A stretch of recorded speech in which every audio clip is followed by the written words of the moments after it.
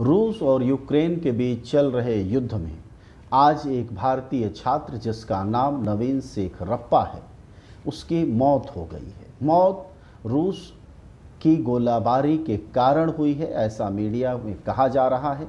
यह दुखद घटना यूक्रेन के खार्किव शहर की है, जहां रूस और यूक्रेन की सेना के बीच गोलाबारी जारी है।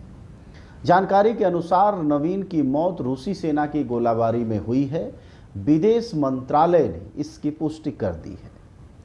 यूक्रेन में भारत सहित कई देशों के छात्र पढ़ते हैं, पर अन्य देशों ने अपने छात्रों को समय रहते ज़्यादातर छात्रों को स्वदेश वापसी करा ली थी। लेकिन भारत सरकार युद्ध छिड़ने के बाद पिछले 2-3 दिनों से ऑपरेशन गंगा या मिशन गंगा के नाम पर अपने छात्रों को वापस ला रही है। यह ऐसी घटना है जिसके बाद पूरा देश इस समय सकते में है कि आखिरकार नवीन की हत्या क्यों हुई। 2 देशों के बीच जूझ रहे हमारे 15,000 से ज़्यादा छात्र अभी भी यूक्रेन में फंसे हुए हैं।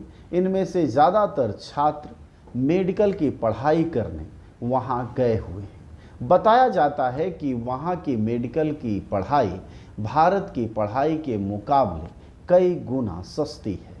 नवीन भी मेडिकल में चौथे ईयर का स्टूडेंट था।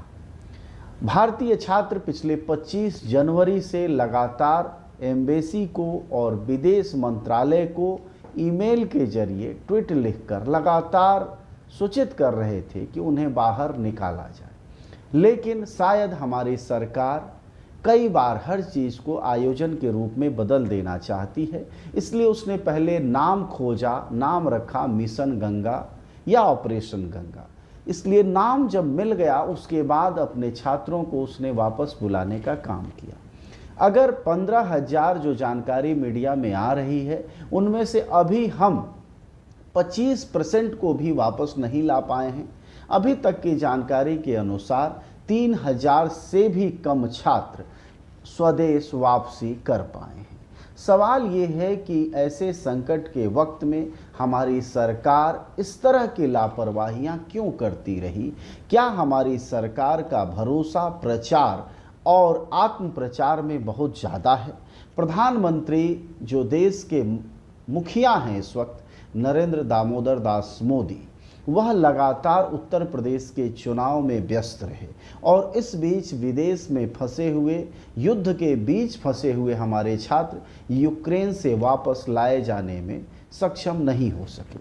ऐसे में सवाल इन चीज़ों पर भी होता है, पर एक बात याद दिलाएं आपको कि यह पहली दफ़ा नहीं है जब किसी संकट में हमारे छात्र फंसे हैं। आप सबको याद होगा कि 1990 में जब गल्फ देशों के बीच युद्ध शुरू हुआ तो करीब 1,70,000 भारतीयों को उस समय वापस लाया गया। उस समय विदेश मंत्री इंद्र कुमार गुजराल थे और बिना किसी हल्ला हंगामा के इतनी बड़ी संख्या में 1,70,000 छात्र लाए गए। इसकी जानकारी खुद विदेश मंत्री रहे भाजपा की सरकार में कभी यशवंत सिन्हा ने ट्वीट करके सुबह सुबह दी। इसके अलावा इस बात से देश परिचित है। लेकिन अभी क्या हालत हो गई है कि हमारे छात्रों को वहाँ के अलग अलग शहरों के बंकरों में, मेट्रो स्टेशन में या पोलैंड, हंगरी, रोमानिया के रास्ते बदइंतजामी झेलनी पड़ रही है, मुश्किल झेलनी पड़ रही, या फिर वहाँ के बंकरों में छुपना पड़ रहा है। ऐसे में मतलब बहुत ही अफरा तफरी का माहौल है। और जब से आज ये सूचना आई है कि नवीन शेखरप्पा की मौत हो गई वहाँ सेना की आपसी गोलाबारी में, तब से भारत में वो परिवार और भी ज़्यादा दुख में, परेशानी में हैं जिनके बच्चे वहाँ फंसे हुए हैं।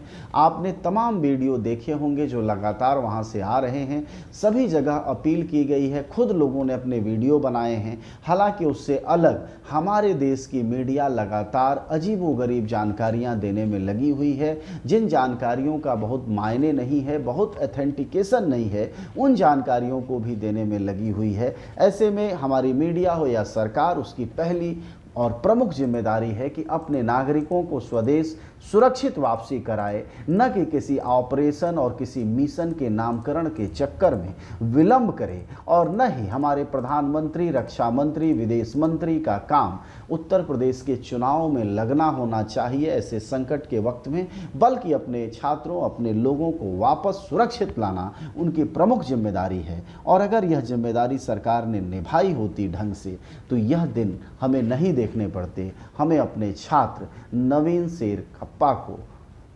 गंवाना नहीं पड़ता।